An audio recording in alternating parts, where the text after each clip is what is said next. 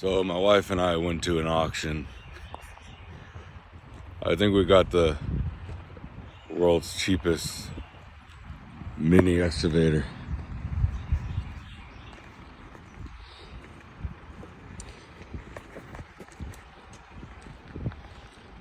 Y'all wouldn't believe.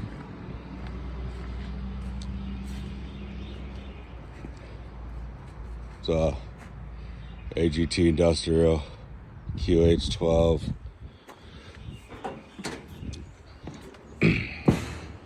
Picked it up, only had half an hour on it.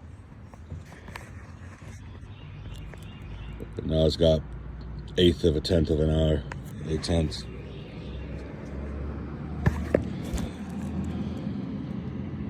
Well, yeah,